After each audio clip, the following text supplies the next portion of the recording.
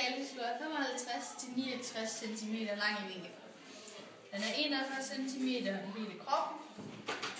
Hannen vejer 600 til 800 gram. Hunden vejer 500 til 650 gram. Og fra når de er født, enten i en hule eller redekasse, som de som regel er født i, så er de højst omkring 10 år.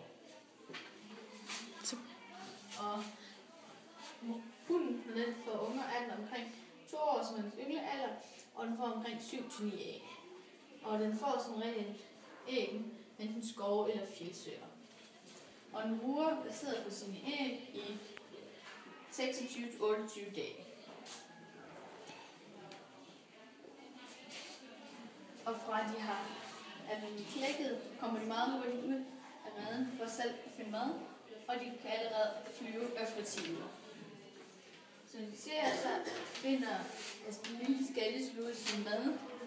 Små fisk, når de dykker, den spiser også krabstyr og insektlarver. Jeg vil gerne fortælle om kendetegnet ved en lille skallesluge. Han er hvid, han er sort-hvid, han er sort ned ad ryggen og sort her på hovedet og rundt om øjnene. Og så har han sådan nogle streger, der er sorte. Han er hvid hanekam og hvid bryst. Hunden, kendetegnet på hunden. Hun er brun hanekam, og hun er hvid og grå ned ad brystkassen, og så har hun lidt sort på vingerne.